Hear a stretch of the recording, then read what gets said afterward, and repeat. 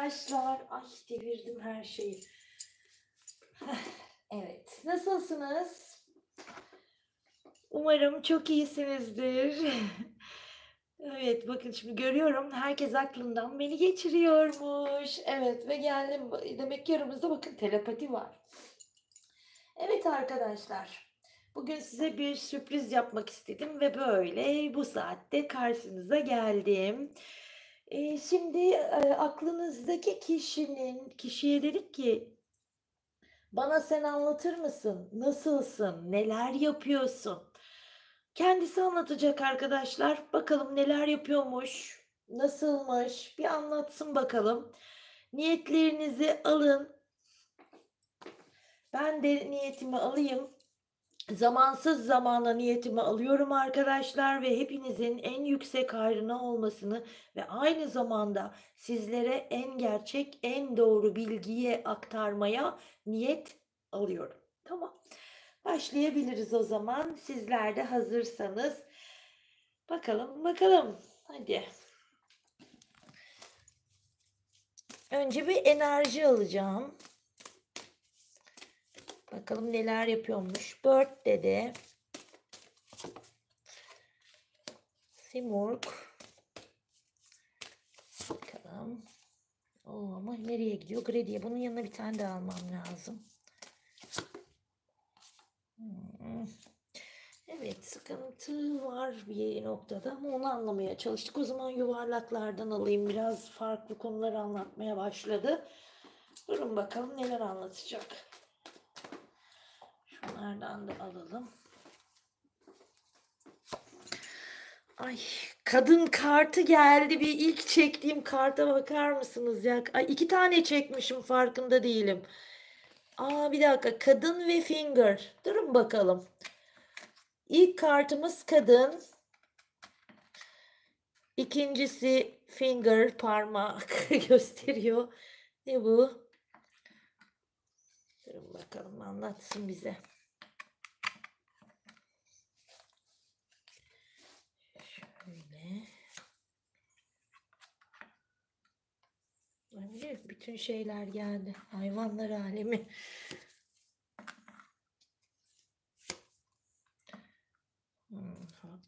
10 tane alacağım ya. Bir tane daha alalım. Peki, olur. Devam edelim arkadaşlar.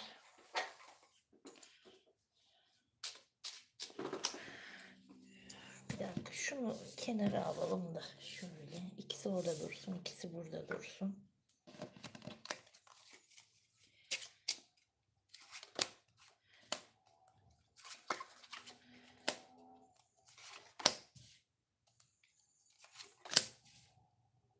Şu üsttekini almak istedim. Bunu al. Kaç tane çektim bakın. Tamam.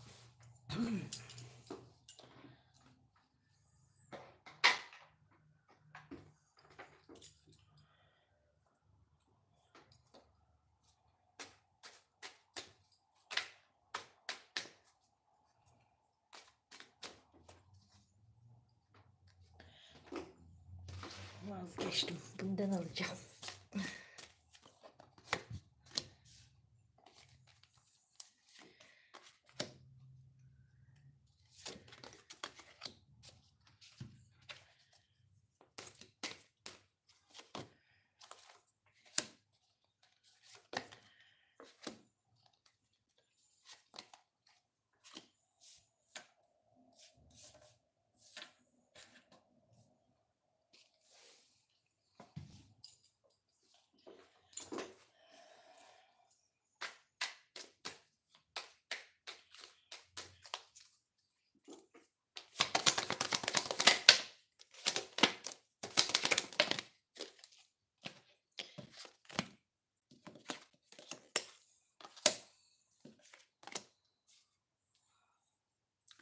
Kader çarkı ters geldi ama en son anlatacağım onu. Bakalım nerede ters dönmüş ama ilişkilerle ilgili ters geldi yani. Şimdi arkadaşlar hazırsanız başlayabiliriz. Aklınızdaki kişi bize kendisini anlatsın, nasılmış, neler yapıyormuş. Şimdi bir döngüden bahsediyor. Yani bir ilerleyiş hayatında sanki küllerinden yeniden doğmak gibi bir durumdan bahsediyor ama bu döngüden de çok memnun olduğunu söyleyemiyoruz. Çünkü neyle tamamlıyor onu? Tamahkarla, savaşçıyla, yani bir mücadeleden bahsediyor arkadaşlar. Yani açgözlülüğünden bahsediyor. Elindekinin kıymetini bilmeyen bir karakter olduğunu kabul ediyor burada. Yani birisi, arkadaşlar bu tarz kişiler, yani şu açılımda benim gördüğüm, hayatında birisi olsa dahi hani hep bir arayış içinde olabilir ya da işte hep gözü dışarıda olabilir. Eee Özellikle ilişki konusunda bu konuda uyarı veriyor. Çünkü bakın yine hep her yerde ilişkiyle ilgili kartların yanına sıkıntılı durumlar geldi. Yani ne verdi? Aşk veriyor, yanına sinsiye atıyor. Kader çarkının yanına bakın, ne değnek dörtlüsü, değnek dörtlüsü düz gelirken kader çarkı ters geliyor. Yani ilişki konusunda sıkıntılı durumlar var bu kişide. Yani aslında kendisi de bunun farkında olabilir. Evet, yani ne dedi burada? Kıymet bilmeyen birisi olarak verdi. İşte gözü hep daha fazlasını isteyen. Aslında bu durumun onda büyük bir karmaya sebep olduğunu da söylüyor kartlar. Ondan sonra da zaten ne diyor? Yani bir seçim yapması gerektiğini, aslında bir yol ayrımında olduğunu, hani nasıl hayatına devam edecek? Aslında o noktayı belirlemeye çalıştığı bir enerjide. Eğer bir ilişkisi varsa ya da yeni evlenmiş birisiyse arkadaşlar bu kişi burada nasıl ilerleme, çünkü şey yok, kendini veremiyor ilişkiye arkadaşlar, ya da işte ilişkisi olanlar için söylüyorum bunu. Eğer bir diyorum ya, evlenmiş dahi olabilir mesela. Eğer böyle bir durum yaşıyorsanız orada da diyor ki yani kendimi veremiyorum. Yani o ilişkinin içerisine dahil edemiyorum kendimi. Yani orada tek başına yaşanılan bir durumdan söz ediyor. Eğer hani ilişkisi yok, aileyle ilgili bir durumsa zaten aileye karşı da hani o duruma da adapte olamıyor. Adapte değil de nasıl diyebilirim bunu? Yani bir kopukluk var arkadaşlar orada. Yani bir umursamazlık var, bir çok bilmişlik, ukalalık, hani her şeyin en iyisini ben bilirim ya da kime ne gibi tavırlar sergiliyor olabileceği bir enerji de veriyor. Şimdi üstteki kartlardan başlayalım. Kadın kartıyla birlikte parmak kartı da birlikte çektik farkındaysanız. Bir kadından bahsediyor arkadaşlar. Ne durumdaymış? Bir kadınla iletişim veya ilişkidir. Yani bir kadından bahsediyor. Burada finger, yani parmak kartıyla da üzerinde de bakın, siz de okuyabiliyorsanız orada diyor ki yakın, nasıl demiş, net göremedim. Şu anda veya yakın gelecekte meydana gelebilecek bir sorun hakkında uyarı diyor arkadaşlar. Yani orada gördüğünüz gibi bir el havaya kalkmış, parmak havaya kaldırmış. O sağ parmak özellikle uyarıyı vurgulamak için arkadaşlar bu şekilde resmedilmiş. Burada da diyor ki yani bir sorun var arkadaşlar, ama bir kadınla ilgili bir sorun var. Beyler, bu sizin için de böyle. Yani aklınızdaki kişi diyor ki benim hayatımda bir kadınla ilgili bir sorun, bir problem var. Burada net bir şekilde bir kadınla ilgili bir problemden bahsediyor. Ve diyor ki yanında bakın kontrolünüz dışındaki kötü güçleri anlatıyor burada da. Şu kartta da diyor ki bu onun kontrolü dışında kötü güçlerle uğraşan bir kadın da olabilir arkadaşlar. Ve içten içe bu kadının bu durumlarından kendini koruması gerektiğini düşünüyor da olabilir.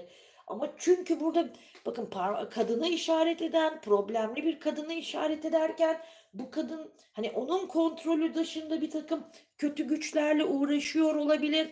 Bundan korunması gerektiğini söylüyor. Bakar mısınız? Yani yakınlaştırayım. Altındaki yazıda görüyorsunuz değil mi? Bundan korunması gerektiğini söylüyor arkadaşlar. Yani kötü güçlerle uğraşan, kötü işlerle uğraşan, yanına da maşallah dragona atmış. Yani bu ne? Dragonlar, yani kaplanlar, aslanlar, her şey var orada. Bu şey, bu boğa var. Boğa, kaplan, eee, yani dragon var. Burada da dragonla da şeyi söylüyor. Yani illüzyonlara dikkat etmesi gerektiğini söylüyor. Şimdi burada kişiyi ne olarak veriyor biliyor musunuz? Yani kendisini öyle bir görüyor ki, yani maşallah sizinki kendini dragon gibi görüyor. Yani kibirli olduğunu söylüyor bu kartta. Kendisini bir ejderha gibi görüyor arkadaşlar. Ancak buradaki çizimde ne bu? Bir karikatür değil mi? Yani bu sembol diyor ki burada kendini kandırıyorsun. Sen ancak bir karikatür olabilirsin. Yani gerçek bir dragon değilsin diyor. Ancak bir karikatür olduğunu söylüyor. Yani acı da olsa bu senin için diyor, yani gerçeklerle yüzleşmeli ve ona göre davranmalısın. Arkasından yine bakın, boğa kartıyla da neyi verdi? Zorluklardan bahsediyor, zorluklar olduğunu ama zorluklardan yılmaması gerektiğini, güç ve cesaret göstermesi gerektiğini söylüyor. Ama ne olursa olsun burada diyor ki saldırmaya hazır bir boğa var orada arkadaşlar. Yani dikkat etmesi gerekiyor. Uyarıyor kartlar onu. Evet, uyarıyor yani. Aslında yüzleşmesi gereken insanlar olabilir bu kişinin, ya da geride bıraktığı insanlar da olabilir. Hani birden fazla insan da olabilir arkadaşlar. Çünkü çok fazla yüzleşmesi gereken ya da işte af dilemesi gereken, özür dilemesi gereken, işte günah çıkartması gereken durumlardan bahsediyor. Arkasından da görüyorsunuz değil mi? Tiger, kaplan attı. Yani hala diyor, yani bir saldırı, yani şey gibi görüyor herkesi. Hani bana zarar verebilirler ya da güvenmiyor kimseye arkadaşlar. Yani çünkü orada hep bir şey var. Ee, Bir diken üstünde olmaktan bahsediyor. Güvensizlik duygusundan bahsediyor. Hala işte ona böyle zarar verebilecek insanların olması gerektiğini, ama burada da diyor ki evet, yani sana zarar vermeye çalışan insanlar var diye kartlarda onaylıyor. Evet, yani ve bu, ona zarar veren insanların, çok uzakta aramaması gerektiğini, en yakınındaki insanların ona zarar vermeye çalıştığını söylüyor. Hani dost gibi görünüp de ona zarar vermeye ya da işte yakında kimse arkadaşlar, asıl tehlike onlar. Bakın burada Tiger'da şurada bir insan eli var, görüyorsunuz değil mi? Yani sanki bu kaplanın sahibi onu hani kafasını okşuyor. Ondan korkmuyor, kaplandan korkmuyor. Anlatabildim mi? Burada da diyor ki yani sen uzakta arama, sen yakınında ara. En yakınında ara. Tehlikeyi ve düşmanı en yakınında ara. Riski en yakınında ara diyor. Ha, böyle bir durum var mı? Var. Dikkatli olman gerekiyor. Evet. Ondan sonra bir tehlike altındasın. Evet. Riskli durumlar var mı? Var. Evet diyor. Arkasından da o yine diyor ki ben diyor hayatımdan memnun değilim diyor. Yani sanki hayatının böyle o kırık fincan gibi kırılıp darmaduman olduğundan bahsediyor. Yani memnuniyetsiz arkadaşlar. Hayatındaki bazı durumlardan memnun olmadığını, ha bu şu da olabilir. Şimdi bir kadınla başladık ve bir uyarıyla başladı değil mi açılımdaki kartlar. Şimdi burada hani hayatının bazı alanlarından memnun olmadığını gösteriyor ya orada. Bu bazı alanların içerisinde bu kadınla ilgili konu olabilir ya da bu kadından memnun olmuyor olabilir. Ay konuşamadım, çok affedersiniz. Yani bu kadınla ilgili bir konu da olabilir. O memnun olmadığı konu arasında. Memnuniyetsizlik o kişiden sebep de geliyor olabilir. Ve sonra diyor ki heyecandan bahsediyor arkadaşlar. Burada bir heyecanlanma isteği var ama kişinin her ne kadar heyecan istiyor, hayatında heyecanın olmadığını, ya da işte çok monoton, çok rutin bir hayat yaşıyor olabilir ya da sıkılmış olabilir arkadaşlar. Ama burada diyor ki sen heyecan mı istiyorsun? Al sana heyecan. Hayatının işte nasıl diyeyim, heyecanlı bir olayın onu beklediğini söylüyor. Yani hayatında bir heyecan olmadığını söylerken burada onu heyecanlandıracak bir olayın beklediğini söylüyor. Hemen sonraki kart çok önemli bizim için. Burada onu söyledi. Burada geldi. Dedi ki şapkayla yeni bir rol üstleneceksiniz diyor orada gördüğünüz gibi. Yakında hayatında yeni bir rol üstleneceğini söylüyor. Fakat şimdi sonra gelen kartları görünce yani bu rolün nasıl bir rol olduğunu hadi hep birlikte anlayalım. Flüt gelmiş arkadaşlar. Tamam mı? Yakına alalım kartlarımızı. Siz de görün son iki kartı. Şimdi bu hayatta yeni rol üstlenecekmiş ya, son iki kartımız bunlar. Bakın flütte ne yazıyor? Görüyorsunuz değil mi? Bir arkadaş veya işte sevgili partner her neyse yani birisinden bir hayal kırıklığı yaşayacakmış. Ya bu da kanunla ilgili diyor, bu konulardan bahsediyor ama şunların bakın kombinasyonuna bakın. Sonra burada yani görüyorsunuz solmuş güllerle çevrili bir vazo, yani solmuş güllerle dolu bir vazo. Ondan sonra yanında sessizce yatan bir flüt duruyor. Şimdi çiçeklerin ve müziğin güzelliğinin geçtiğini görüyoruz burada. Yani bir zamanlar güvendiği veya sevdiği birisi ya da birlikte olduğu birisi ya da bir arkadaşı, ama bana sorarsanız o baştaki kadın. Çünkü konu onun üzerine kuruldu burada bence. Bu kişiyle ilgili arkadaşlar bir hayal kırıklığı, ama büyük bir hayal kırıklığından bahsediyor. Ciddi anlamda büyük bir hayal kırıklığına uğrayacağını, uğradığını gösteriyor arkadaşlar. Sonunda da gavel, yani kanunlarla ilgili diyor. Tokmağın hakimin elinde olması görüyorsunuz. Ve burada ama hem nasıl tokmağı da nasıl sıkı sıkı tutmuş, yani insan görüntüsünden bile irkiliyor, yani ciddi bir durum. Burada da diyor ki yani bu dönemde bazı hukuki işlerinin olacağını söylüyor arkadaşlar. Hukuksal bir takım durumlarda kişinin gündeminde olabilir. Evet, biraz fazla problem verdi kişinin hayatına. Evet.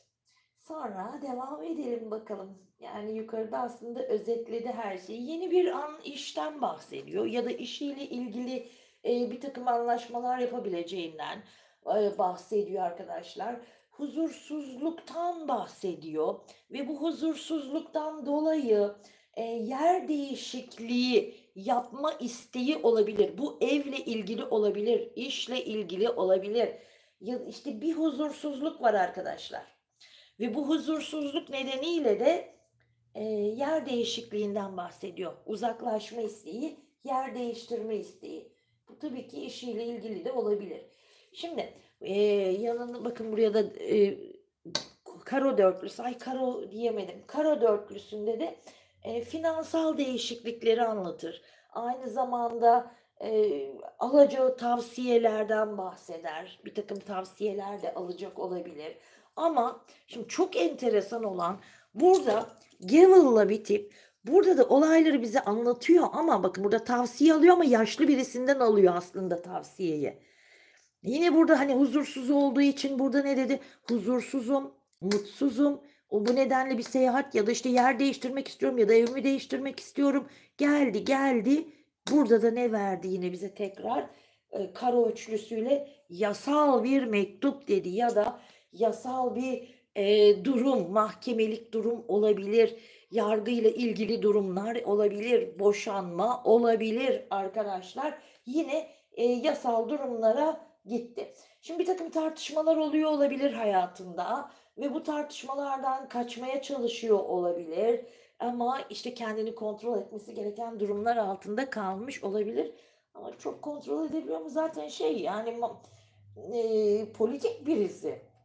Şimdi çok enteresan. Bakın şimdi size anlayın diye gösteriyorum. Buraya geldi ya. Bu ne dedi bize? Hani yasal bir takım mektupları söylerken. Bakın yanına atan karta bakın. Heh. İşte gördünüz mü? Bu da ne diyor? Yani muhteşem bir şey söylüyor aslında. Dulluğu anlatır, boşanmayı anlatır.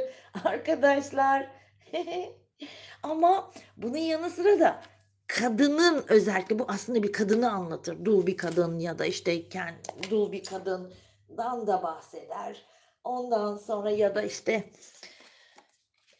kendisi erkek dahi olsa, yani, karşısındaki kadını dul bırakmak mı?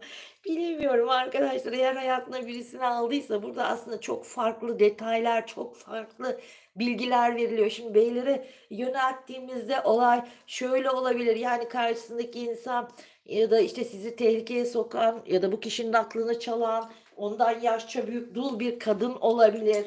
Yani, bu da olabilir. Şimdi anlatmaya çalıştığı ya da, işte, dediğim gibi, mahkemelik durum, hani, bir mahkeme belki evlendi, gitti, evlendi, boşanıyor. Yani, sonuçta ne geliyor arkasından? Dulluk geliyor. Yani, ya da boşanmışlık geliyor, değil mi? Yani, bu durumu temsil ediyor. Size tek tek özellikle gösteriyorum kartları ki, hani, neyle, karşı karşıya onu anlamanızı istiyorum. O yüzden arkadaşlar. Yani, bunun yanı sıra da şimdi burada, eee, çok enteresan, yani, işle ilgili, işte, başarı elde etmek istiyor ama bunun yanı sıra da yine bakın, ay, göstereceğim valla. Çünkü o kadar güzel ki. Karşı cinsle de o şey yok arkadaşlar. Yani, sinek yedili, bakın bu sinek yedili ne der? Karşı cinsteki, yani, insanla bir problem olduğunu. Ondan sonra ama yine işle ilgili de birtakım yer değişikliği falan onları da söyler, yani, söylüyor da. Hani, ben ama daha çok nedense, hani, o şeye takıldım. Karşı cinsle problemleri anlatıyor. Yani, başarı yok arkadaşlar. İşle ilgili başarı elde edebilir ama diyor, ilişkilerde, hani, ikili ilişkilerde başarı vermiyor. Hayır diyor. Ya, başarı vermiyor arkadaşlar. Ay, boğazıma bir şey oldu, konuşuyorum ya böyle. Ama çok fazla zenginlik, istiyor. Ondan sonra, ya da, mal varlığıyla ilgili konular olabilir gündeminde ya da beklemediği birtakım, hani, kazançlar olabilir ya da eline geçen parada bir artış olabilir. Ya, parayı veriyor ama bakın kartlara bakıyorum, parayı veriyor, aşkı vermiyor ya da, işte, şeyi vermiyor. Vermiyor yani. O yüzden, ay, su da almamışım yanıma. Şimdi yukarıya çıkıp su almak da istemiyorum. Çok, ara vermiş olurum. Yavaş yavaş, sakin sakin bakalım. Yani, eee, zorlu bir, dönem aslında ama şimdi burada parayı veriyor ama arkadaşlar para da bunun eline geldiği gibi gidiyor olabilir. Yani para geliyor ama geldiği gibi de gidiyor yani. Hani tutamıyor da parayı o tutamıyor da olabilir. Yani bir şekilde elinde dağılıp giden bir para olabilir. Ay, yani, yine diyorum ya, hep bir işle ilgili konuya çok dikkat çekiyor burada. Yine burada bakın şu son kartta yine aynı şeyi söylüyor. İşle ilgili değişiklik olabilir ya da, işte, yeni bir iş olabilir ya da, ımm, yani, bir seyahat olabilir. Yani, hareket, eylem veriyor. Hayatında bir eylem veriyor arkadaşlar. Ya. Olacak, olacak. Evet. Yani, sonra devam edelim bakalım başka ama çok, şeye, kendini daha çok yöneltmiş bu para olaylarına, iş olaylarına daha fazla yöneltmiş olabilir. Çünkü burada diyor ki günlük yaşantımı, günlük işlerimi rutin bir şekilde yerine getirmeye çalışıyorum diyor. Ondan sonra aynı zamanda da, hayatını bir şekilde dengelemeye çalıştığını ama aslında, sakin bir dönemden geçme isteği içerisinde olduğunu, burada bir kadından bahsediyor arkadaşlar. Bu kişi, destek alıyor olabilir ya da, işte, ona, böyle, nasıl anlatabilirim bunu ya? Akıl veren, öğüt veren birisi olabilir ama bir kadın, yani, bir kadınla bu durumları paylaşıyor olabilir. Ben izninizle şu ışığı bir açayım. Sanki biraz kararmaya başladı burası.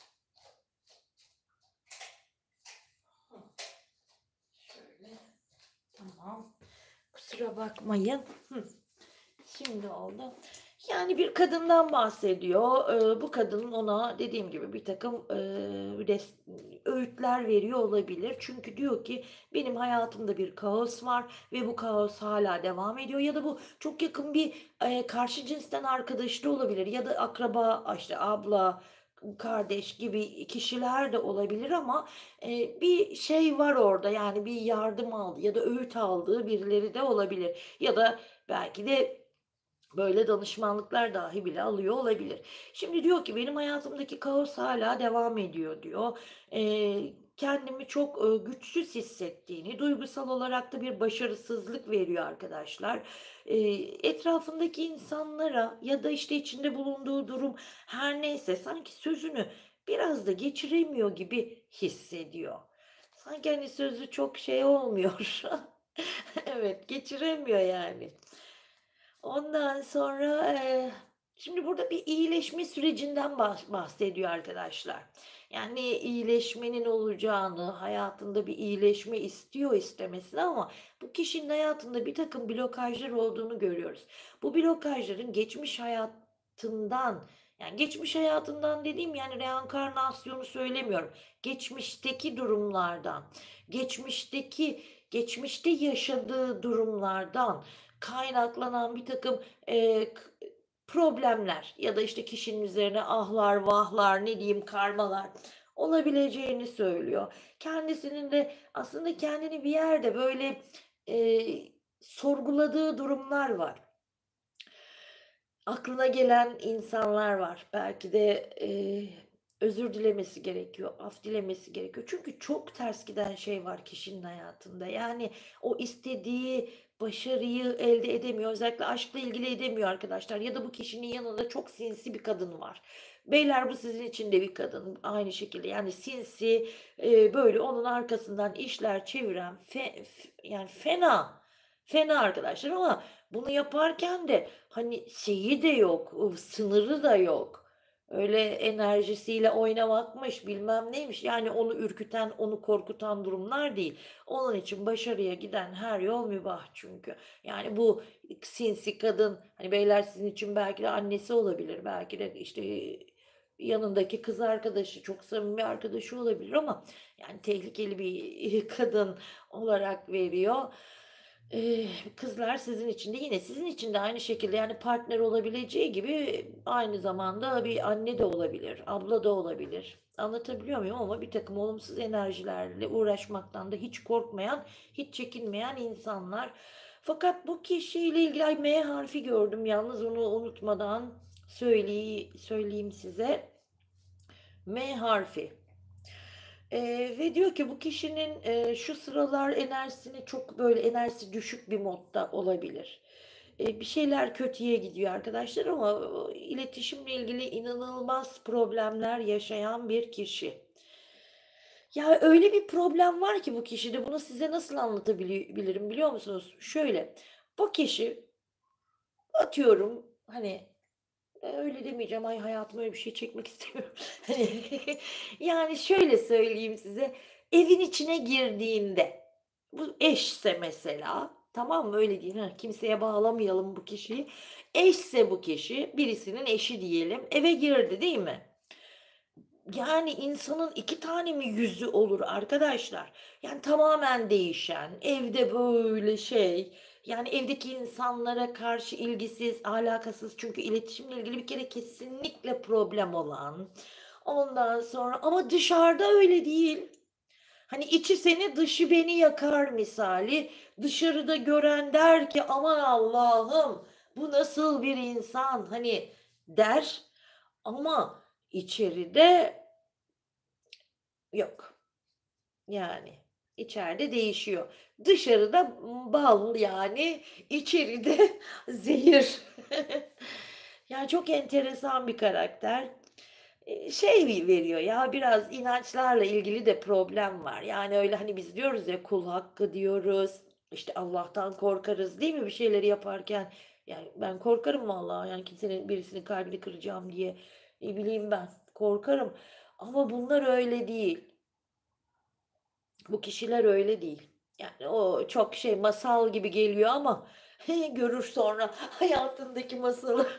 Evet, masal gibi geliyor bunlar öyle şeyler. Yani o fasafiso hani ne oluyor hayatta der gibi çok da önemsemiyorlar. Dışarıya öyle yansıtmıyor, ayrı mesele. Dışarıda hepimizden daha bu konuda hassas insanlar olarak karşınıza çıkabilirler yani. O zaman da hiç şaşırmayın yani ne oluyor diye. Öyle. 2 tane yüzü var çünkü. İnsanlara gösterdiği, bir de evin içinde ya da çatısının içindeki insanlara gösterdiği yüzü farklı olabilir bu kişinin. Ama bu da neyden kaynaklanıyor? İşte kendisinin aslında bir aileyle ilgili bir kere eksiklik duygusu var bu kişinin. Aileyle ilgili bir eksiklik duygusundan bahsediyor. Artık bu eksiklik duygusu birçok şey olabilir. İşte kendisi bir aile kurmada başarılı olamamıştır ya da daha önce bir başarısızlık yaşamıştır ya da işte annesi babasıyla ilgili hani ailede bir şey vardır arkadaşlar. Aileyle ilgili eksiklik dedi. Ay bugün çok harf görüyorum. A ve O. Biraz önce ne gördüm unuttum. A, O gördüm şimdi. Yani, çok enteresan. Aileyle ilgili eksiklik durumlarından bahsediyor ama, ailesinde birisinin, sinirsel rahatsızlığı olabilir arkadaşlar ama kişinin, hani, böyle çocukluk döneminde, hani, daha ya da ergenlik döneminde ya da çocukluk döneminde kendi ailesinin içinde birisinde sinirsel birtakım rahatsızlıkları olabilir. Yani, bir yandan da diyorum ya, o nedenle de yani aileyle ilgili var ya, şeyi var, blokajlar var burada. Bir boğazla ilgili, iletişimle ilgili, şeyler var, blokajlar var. Ama ailesiyle ilgili de, yani, yaşadıkları durum ve ilişkilerle ilgili blokaj veriyor. Birtakım olumsuz enerjilerin etkisi altında kalmak zaten şeytan gibi bir kadından bahsediyoruz 2 saattir yani. Böyle bir kadının etkisi, yani, sıkıntılıdır. Zaten ne diyor? Yani, her türlü şeyi yapmaktan çekinmeyen birisi olarak veriyor. Bir şeyler istiyor şu sıralar. Yani, daha güzel giyinmek ya da, işte, saçıyla, başıyla ilgili uğraşmak. Sanki bu şekilde yaparsa, hani, birtakım sıkıntıları atabileceğine biraz giyime yönelmiş olabilir. Yeni kıyafetler almak istiyor olabilir ya da alıyor olabilir. Yani, birtakım, sanki enerjisinin, hani, yenilenmesi gerektiğini düşünüyor ama bir yandan, işte, ben, işte, güzel giyineyim gibi düşünceler özellikle giyimle ilgili, saçıyla ilgili düşünceler içerisinde olabilir. Güzelleşmek ve gençleşmekle ilgili durumlar söz konusu arkadaşlar. Yani bu kadın için de erkek için de aynı şey. Güzelleşmek, gençleşmek ya da daha bakımlı olmak. İii, çünkü bir şey gidiyor arkadaşlar. Ya yaşı gidiyor bunun, ya bir şey var yani ya da aynaya baktığında çok mutlu değil ya o görüntüden. O görüntüsünün onu rahatsız ettiğini veriyor bir kere burada. Yani aynaya bakıp yok ya, hani, gidiyor bir şeyler. Yani her ne kadar ben böyle davransam da, hani, böyle, belki daha genç tavırları olabilir ama yok yani. Görüntü öyle değil diyor. Belki yaşından küçük davranmaya çalışıyor olabilir ki burada, yaşla ilgili, hani, sakladığı bir şeyler de olabilir. Yani, bir şeyler var, yani, böyle gençleşme isteği çok enteresan. Arkadaşlar bu kişi bakın 30 yaşında bile olsa gençleşme isteği var. Yani, gençleşmek istiyor.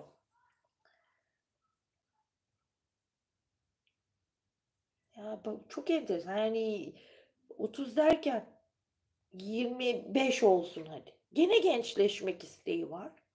Var yani kaç yaşında olursa olsun.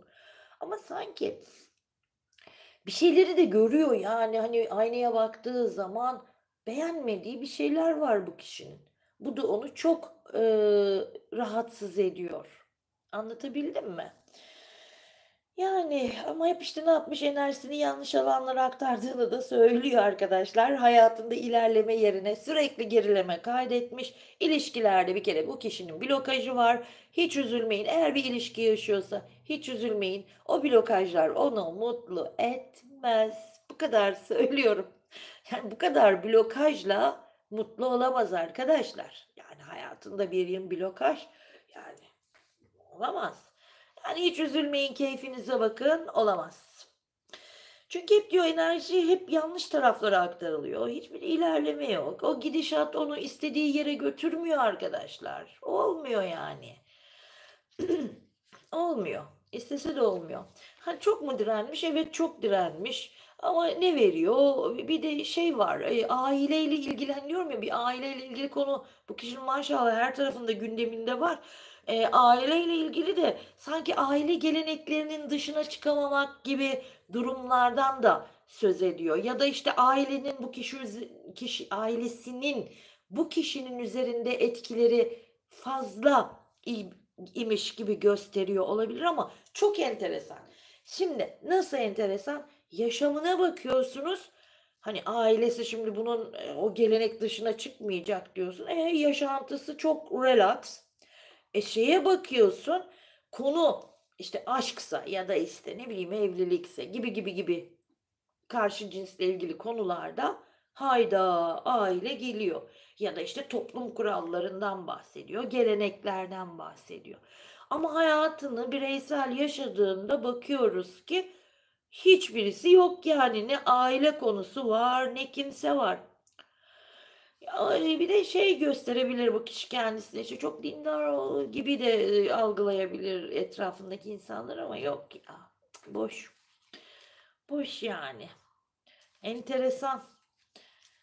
Ya, şey bile hani karşı cinsten hani burada birçoğunda şey de var. Yani karşı cinsten hep bir beklenti ama beklenti sadece hani aşk yönünde değil arkadaşlar. Maddi manevi beklenti içerisinde olanlar da var.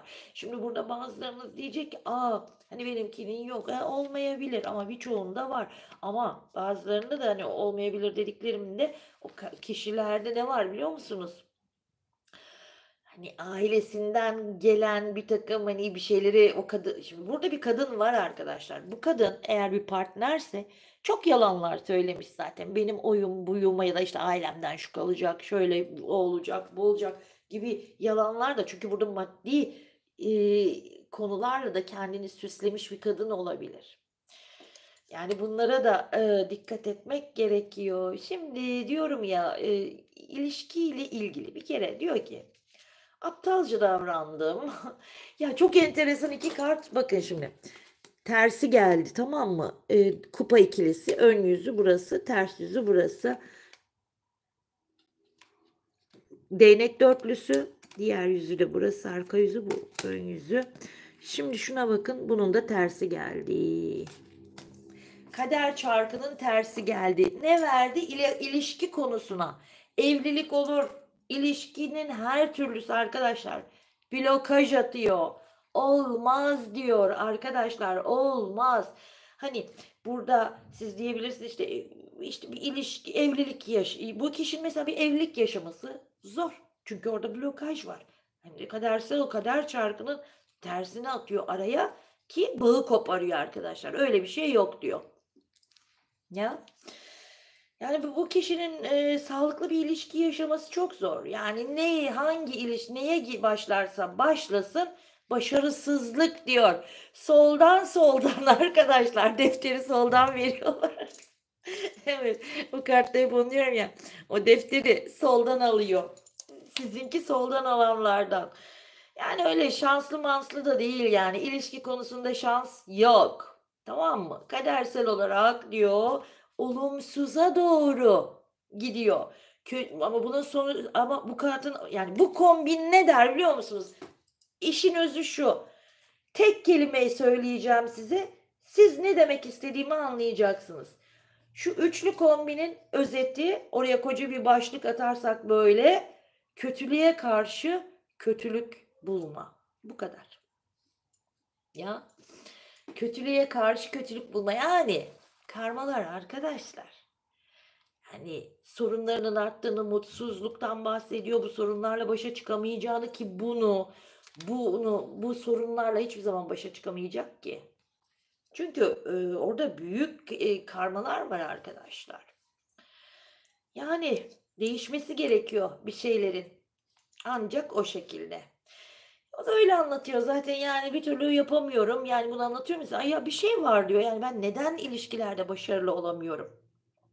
Acaba diyor ben mi hani korkak davranıyorum? Acaba bu yüzden mi başarısızım? Acaba yani neden sürekli mutsuzum? Niye final olmuyor bu ilişki konusunda? Yani o uç noktalara çıkamıyor, o heyecanı yaşayamıyor. Ondan sonra biz de onlara şarkı gönderelim. Benim en sevdiğim şarkı hatta Instagram sayfamda da hani o var. İlahi Adalet ama benim o İlahi Adalet onun sözleri muhteşem. Onu açıp açıp dinliyorum çok hoşuma gidiyor. Yani ne diyoruz? İlahi adalet diyoruz. Ya işte ama aslında bir şey yapmak lazım. Kocaman böyle ilahi adalet diye mesaj. Evet. İlahi adalet. Hani bazen diyoruz yani ilahi adalet. Şimdi bana geliyorlar bazı diyorlar ki acaba ilahi adalet hani onun hayatında da de oluyor mu? Yani şüpheniz olmasın arkadaşlar. Şüpheniz olmasın. Oluyor. Olmaz mı?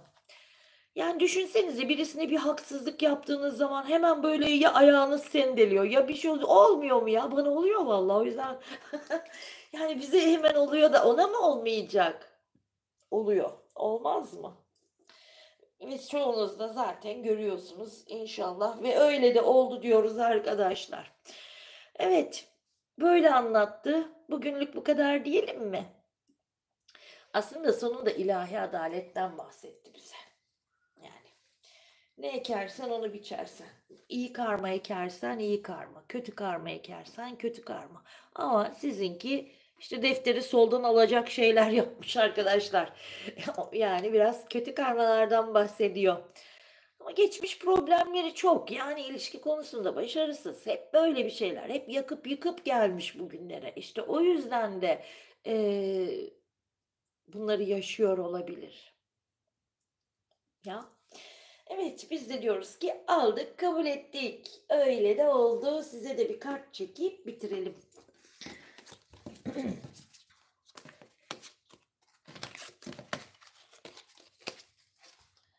Şunu hemen şöyle alayım.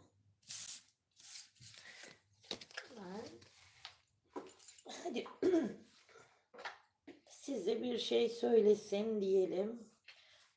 Bu sıralarda bu kartlara çok takıldım. Bunlar hoşuma gidiyor.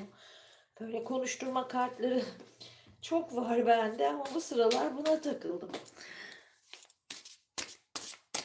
Hadi bakalım size söylesin. Kafam çok karışık dedi. Bunu size söylüyor. Kafam çok karışık. Şu anda hayatımda kafam da çok karışık. Bakın açılımı nasıl onaylıyor.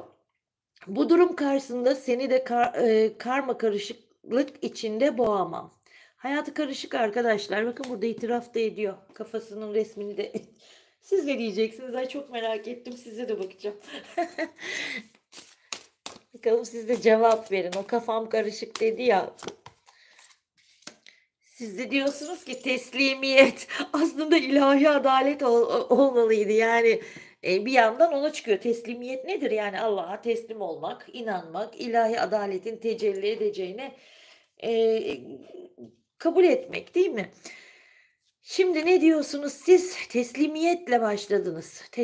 Teslim oldum. Yani ve bunun yanı sıra da ne diyor? Kaçan kovalayan aşamasından bıktım. Teslim oluyorum ve senden de bunu bekliyorum. Onun da kafası karışıkmış. Ha? Ha, olsun karışık. Hadi bir tane daha alalım. O söylüyor şimdi. Bakalım ne diyecek size. Ay nedense şöyle yapıp ortadan almak geldi. Ay. Yalnız bakın nasıl gidiyor kartlar. 13, 23 görüyor musunuz? Ve ne dedi? Nasıl düzeltebilirim? Nasıl bu kadar kör ve aptal olabildim? Bazen ışığı hiç görmeyeceğimi hissediyorum. Aramızdakileri nasıl düzelteceğim? Ya gördünüz mü ne kadar güzel. Hadi sizden de alalım. Ezan okunuyor. Hemen kapatalım. Ve siz de diyorsunuz ki buna karşılık değişim. Beni son gördüğünden beri hatırladığın aynı kişi değilim. Ben değiştim diyorsunuz. O nasıl düzeltebilirim? Nasıl bu kadar kör ve aptal oldum derken siz de diyorsunuz ki ben değiştim artık. O eski ben değilim. Aynı kişi değilim diyorsunuz. Evet. Bugünkü açılımımızın sonuna geldik. Kendinize çok iyi bakın. Sevgiyle kalın. Hoşça kalın.